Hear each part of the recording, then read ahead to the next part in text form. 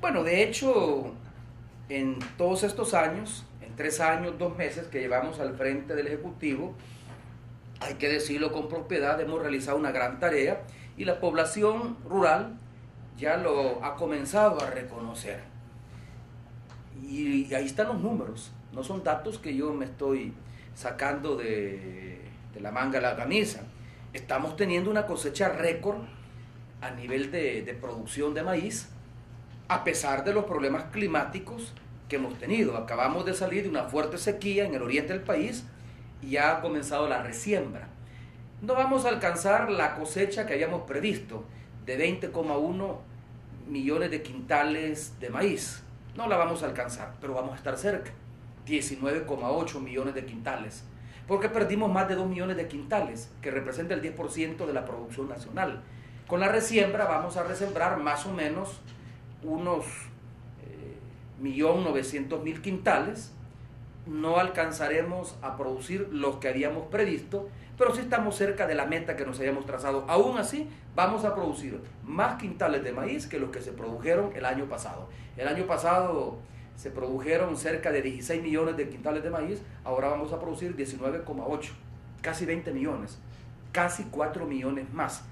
Esto lo siente la población campesina, a diferencia de lo que ocurría en los 20 años de gobierno de Arena, donde la producción agroalimentaria se vino a pique, donde los agricultores dejaron de producir, donde los graneros, es decir, los agricultores que se dedicaban a la producción de granos básicos, dejaron de producir y en lugar de ello se vinieron a la ciudad a trabajar o peor aún, se fueron a los Estados Unidos a buscar un trabajo y una felicidad que aquí no encontraban. Esto lo está comenzando a sentir la población campesina. El gobierno actuó con rapidez, con eficiencia y los productores se sienten acompañados y apoyados por las autoridades porque le volvimos a entregar semilla, le volvimos a dar asistencia técnica para que aprovecharan la resiembra. Vamos a tener una cosecha récord, insisto, y no solo en maíz, sino que también vamos a aumentar nuestra producción de frijol. Ya en estos días comenzó la entrega de semilla y a mediados del mes de septiembre terminamos la entrega de semilla mejorada para el cultivo de frijol. Les hemos entregado créditos a los agricultores. Por primera vez en la historia del país, los agricultores, los pequeños productores tienen acceso al crédito de parte de la banca estatal a solo un 4% de interés. ¿Cuándo se había dado eso en la historia del país? Bueno, quienes van a las oficinas del Banco de Fomento Agropecuario solicitan un crédito y no tienen que hacer los trámites engorrosos que hacían en el pasado, están notando la diferencia. Hemos entregado también paquetes agrícolas. En el caso del frijol hemos entregado 138.000 paquetes de los 246.000 paquetes previstos. Son paquetes de 15 libras de semilla de frijol. La semilla de maíz y de frijol ya no se la compramos a dos productoras, grandes productoras de semilla, una de ellas hasta hace algunos meses vinculada a un alto dirigente del Partido Arena. Se lo compramos ahora a las cooperativas. El 100% de los paquetes de semilla mejorada que el gobierno está entregando se lo compra a las cooperativas y de esta manera estimula el cooperativismo, estimula la productividad del campo y genera riqueza y empleo. Quiero aclarar con respecto a los paquetes agrícolas que inicialmente se iban a entregar 140.000 paquetes de 22 libras. Conversamos con algunos productores y asociaciones. Con 15 libras de semilla se siembra un cuarto de manzana y se garantiza la cosecha de frijol suficiente para una familia, que es el objetivo de los paquetes. Por lo tanto, vamos a beneficiar a 100.000 productores más. Tenemos 20 bodegas de distribución de paquetes. Además, se va a acercar el producto con brigadas del Ministerio de Agricultura y Ganadería porque había quejas de los pobladores de que tenían que recorrer largos trechos para ir a traer la semilla y estamos recortando la distancia. Acabamos de iniciar una línea de crédito para ganaderos, precisamente porque queremos que los ganaderos amplíen su producción de leche. ¿Quién les va a comprar la leche? El gobierno. En estos momentos el vaso de leche que entregamos a cerca de 450.000 estudiantes, se lo compramos a 2.400 ganaderos del país, sobre todo de Chalatenango. Bueno, queremos entregar el próximo año ya no 450.000 vasos de leche, sino que 800.000 vasos de leche, es decir, 800.000 vasos de leche para igual cantidad de niños. Casi estamos duplicando la entrega de vasos de leche. ¿A quién le vamos a comprar la leche? Se la vamos a comprar a los productores, sobre todo en la zona oriental. Para ello hemos habilitado una línea de crédito de $10 millones con una tasa de interés preferencial para que aumenten su hato ganadero, compren más vacas lecheras o se asocien y compren o instalen plantas procesadoras de leche y derivados para que de esa manera puedan satisfacer la nueva demanda que nosotros estamos creando con la duplicación del vaso de leche. En buenas cuentas, ¿por qué aparece en la encuesta de que otro de los éxitos de este gobierno es la atención al campo salvadoreño? Porque no cabe ninguna duda, y esa es una diferencia sustancial con respecto a los gobiernos anteriores. Mientras los gobiernos anteriores, los 4 gobiernos de Arena, los 20 años de gobierno de Arena, produjeron un empobrecimiento gradual, progresivo, profundo y sistemático del campo salvadoreño, nosotros, por el contrario, estamos haciendo que nuevamente el campo sea la locomotora del crecimiento, el desarrollo económico y social de nuestro país. Eso lo está sintiendo la gente, lo está sintiendo la población campesina. Por eso es que tú pudiste haber visto ahora a cerca de 15.000 campesinos que se dieron cita en el auditorium del Centro Internacional de Ferias y Convenciones, porque están convencidos de que solo la organización campesina es la única que puede garantizarles que sus derechos se sigan cumpliendo, que las profundas transformaciones que estamos llevando a cabo en el campo salvadoreño se mantengan, no den marcha atrás, y que el próximo gobierno, lo gane quien lo gane, debe de adquirir un compromiso con el campo salvadoreño. Y eso se expresa entonces en las encuestas. Bien, son las 11 de la mañana con 25 minutos en todo el...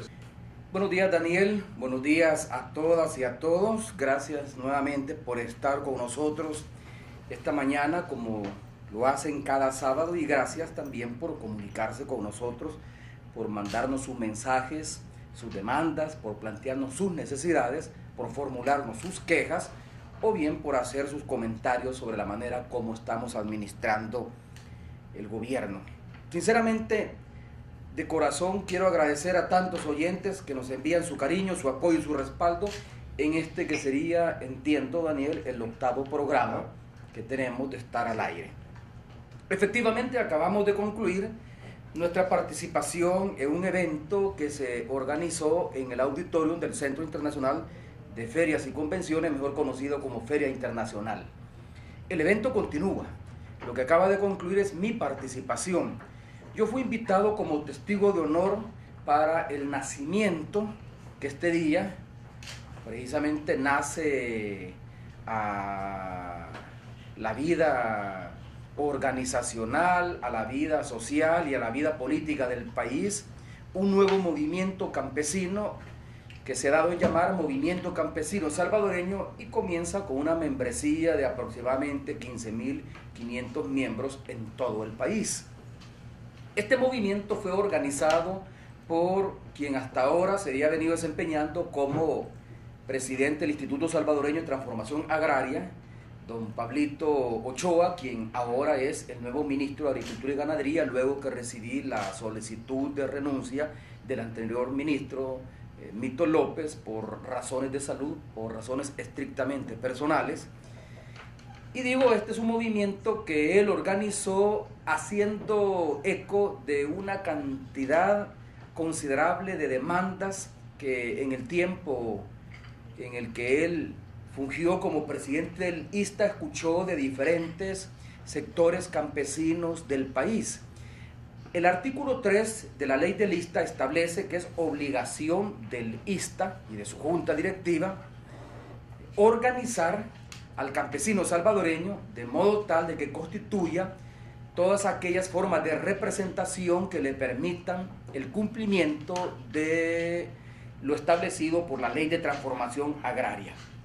La organización campesina es algo consustancial al proceso mismo de reforma agraria que inició en 1980, todavía en la primera Junta Revolucionaria de Gobierno de aquel entonces. La ley de creación del ISTA contempla esa facultad al ISTA, y no solo es una facultad, sino que es un mandato.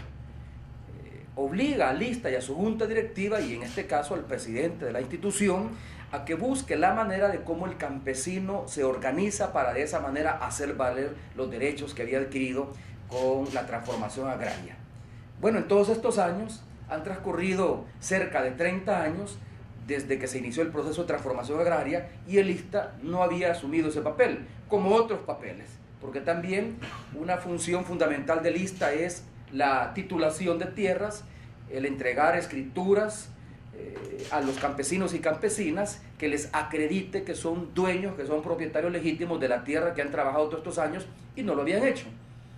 Habían entregado algunos títulos de propiedad. En 30 años se entregaron cerca de 34.000 títulos de propiedad a razón de 1.000 títulos por año. Nosotros, en lo que llevamos de nuestro gobierno, hemos entregado ya cerca de 30.000 títulos de propiedad. Es decir, mientras gobiernos anteriores entregaban 1.000 títulos de propiedad por año, nosotros hemos entregado 10.000 títulos de propiedad por año. Y esto es importante porque una de las demandas que me encontré en los municipios rurales que visité durante la campaña era precisamente la necesidad que tenían los campesinos y campesinas de tener un título de propiedad que los acreditara como legítimos dueños, legítimos propietarios de la tierra, porque en la medida en que no tienen título de propiedad no pueden formar parte de los programas de capacitación o extensión agrícola del CENTA, no tienen acceso al crédito de las instituciones bancarias del gobierno y mucho menos de la banca privada, porque no tienen un título que los acredite como propietario y por lo tanto no pueden poner su tierra como garantía prendaria para tener acceso al crédito. Pero no solo eso, nos encontramos también con el temor, sin ningún fundamento, por supuesto, y nosotros lo hemos probado ya en la práctica en estos 3 años de gobierno, de que si yo ganaba la presidencia de la República, lo primero que haría mi gobierno era quitarle la tierra a los campesinos, expropiarlos, y no solo quitarle las tierras, sino que sus instrumentos de trabajo y los animales de granja que tienen sus vacas, sus cerdos, sus gallinas, que tienen algunos de ellos. ¿Qué es lo que ha ocurrido en la práctica? Es todo lo contrario. Le hemos dado mayor certeza jurídica de la poca certeza que los anteriores gobiernos, particularmente los gobiernos de Arena, le dieron al campesino salvadoreño, y eso que fueron gobiernos que ante la opinión pública se presentaban como defensores de la propiedad privada. ¿Qué defensa de la propiedad privada pueden hacer gobiernos que le negaron el título de propiedad a un campesino para que él se presentara ante la sociedad como legítimo propietario de la tierra que ha trabajado durante todos estos años? Bueno, el ISTA bajo mi administración, ha entregado a razón de 10.000 títulos de propiedad por año, mientras ellos entregaban 1.000 títulos de propiedad por año. Pero otra de las facultades que tiene el ISTA es la organización campesina, promover la organización campesina. Y ha sido hasta esta administración, ha sido bajo mi gobierno, que el ISTA ha asumido esta función.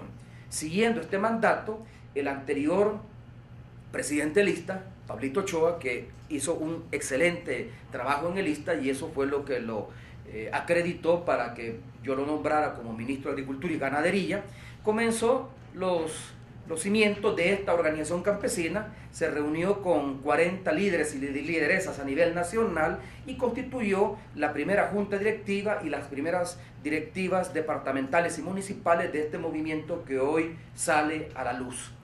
15.500 miembros a nivel nacional, por supuesto, son mucho más los que desean integrarse al mismo. ¿Y cuál es el propósito de este movimiento? Y yo lo dije en este acto donde fui invitado como testigo de honor para el surgimiento del mismo. La principal misión que tiene este movimiento es garantizar que lo conquistado no se entrega. Es decir, que los derechos que han conquistado a lo largo de estos 3 años de gobierno, que las profundas transformaciones estructurales que hemos llevado a cabo durante estos 3 años en el campo salvadoreño no se echen para atrás. ¿Y a qué me refiero? Que se mantenga la titulación de tierras, que se mantenga la entrega de escrituras públicas por parte del ISTA, que además se mantenga las políticas de apoyo al sector agropecuario nacional. ¿Y cuáles son estas políticas de apoyo? Acceso al crédito. Tenemos en este momento una tasa de interés del 4%, que es lo que da el Banco Fomento Agropecuario como crédito a pequeños productores. Pues que se mantenga esa política de acceso al crédito, que se mantenga la política de asistencia técnica, que se mantenga la política de apoyo al campesino, al pequeño productor agrícola que no tiene recursos y necesita el apoyo del gobierno para poder sembrar. que se mantenga la entrega de paquetes agrícolas, que se mantenga también el programa de agricultura familiar que junto con el gobierno de Brasil hemos implementado desde hace algunos meses, que se mantengan todas las políticas de apoyo al sector agropecuario nacional. Esa va a ser la función de esta organización. No es una organización que nace con fines de proselitismo electoral. Lo dije claramente en el discurso de hoy en presencia de funcionarios de gobierno del área económica que estaban acompañándome también como testigos de honor del nacimiento de este nuevo movimiento campesino salvadoreño. Lo dije claramente para que lo escuchen mis funcionarios. Este movimiento no tiene ningún tinte electoral.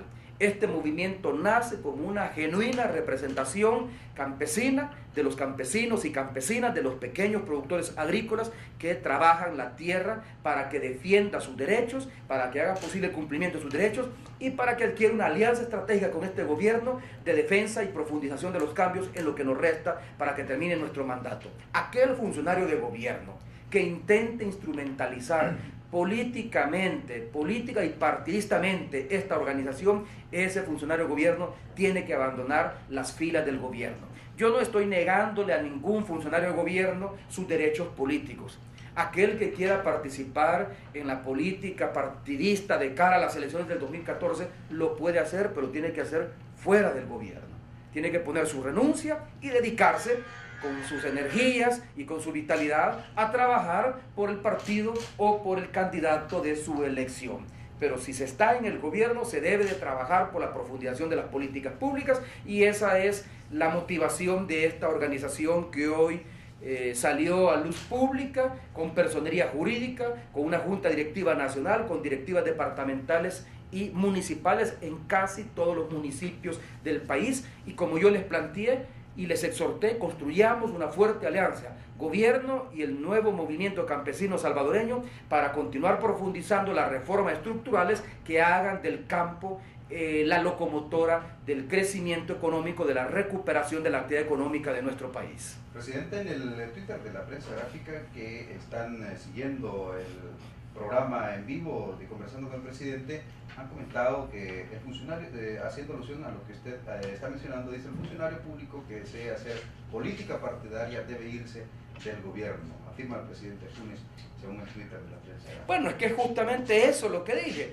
Mire, y lo hago por una sencilla razón. Ya he comenzado a escuchar a nuestros detractores decir que detrás de este movimiento por el cambio, de esta unidad nacional por el cambio en el país, que dicho sea de paso, hace 2 días publicó en los 3 periódicos de mayor circulación nacional, en los 4 periódicos de mayor circulación nacional, porque lo publicó en el Diario de Hoy, en la prensa gráfica, en El Mundo y en el Colatino, que circula por la tarde, su carta de principios, 19 principios que rigen la vida de este movimiento que nació hace algunas semanas atrás. Ustedes recordarán que poco antes de lanzar este programa, yo participé en un evento antes de cumplir 3 años de gobierno, concretamente el 27 de mayo, participé en un evento en el que me invitaron diferentes instituciones, me invitaron veteranos de guerra, del histórico FMLN, me invitaron asociaciones cooperativas del sector reformado, aglutinados en FESACORA, me invitaron también todas las organizaciones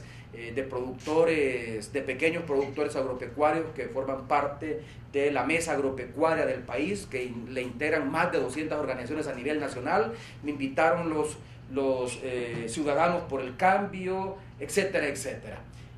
Ese movimiento, hay quienes han comenzado a decir de que es un movimiento que no constituye la base social del gobierno, sino que constituye un movimiento político partidario con el propósito de construir una especie de tercera vía frente a la candidatura de Arena y a la candidatura del FMLN empujada por el presidente de la República, donde un funcionario o algunos de los funcionarios de mi gabinete buscarían la candidatura para las próximas elecciones presidenciales. Eso no es cierto.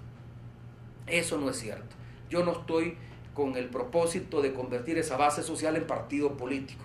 Mi propósito es que esa base social constituya justamente el más fuerte y amplio movimiento social ciudadano de naturaleza ciudadana en el país, de apoyo a los cambios estructurales que lleva a cabo este gobierno, que los debe de seguir realizando en los 2 años que nos faltan y que deberá de exigir que se cumplan esos cambios o que se profundicen esos cambios para aquel que resulte ganador en la elección de marzo próximo. Pero no estoy creando ni un partido político ni estoy promoviendo ningún candidato, con lo cual no quiere decir que yo no reconozca el derecho que tienen cualquier ciudadano salvadoreño, incluyendo los funcionarios de mi gobierno, los funcionarios del gabinete de gobierno, de aspirar a un cargo de elección popular o de militar en un partido político y más aún de trabajar de la mano con este partido político de cara a las elecciones del 2014. Pero aquel ministro, viceministro, titular de una institución autónoma o descentralizada del Estado, aquel director de una institución que desee, o aquel secretario ejecutivo de la presidencia que desee apoyar a un partido político, trabajar por un candidato, lo puede hacer, pero antes que renuncie al gobierno, porque el gobierno, la máquina del gobierno no se puede poner en función de los intereses y de las proyecciones y del desempeño electoral de un determinado partido político, trate del partido que se trate. Y eso fue lo que hice justamente, por eso es que el Twitter de la prensa gráfica recoge con propiedad mis palabras. ¿Y por qué lo hice? Primero, para despejar cualquier duda que detrás de este movimiento campesino existe el interés del gobierno de manipularlo política y electoralmente de cara a las elecciones de marzo del 2014. No existe este propósito. Lo que estamos haciendo es dándole cumplimiento al artículo 3 de la ley de creación de lista, la ley orgánica de lista, que claramente establece que es misión de lista organizar al campesino salvadoreño para la defensa de los derechos que adquiere con la transformación agraria. Eso es lo que estamos haciendo, promoviendo la organización campesina, pero esta organización, una vez surge a la vida pública, es independiente del gobierno, es independiente de los funcionarios del sector agropecuario, es independiente de partidos políticos o de cualquier otra asociación actualmente existente. Presidente, justamente el sector agropecuario y las políticas del gobierno han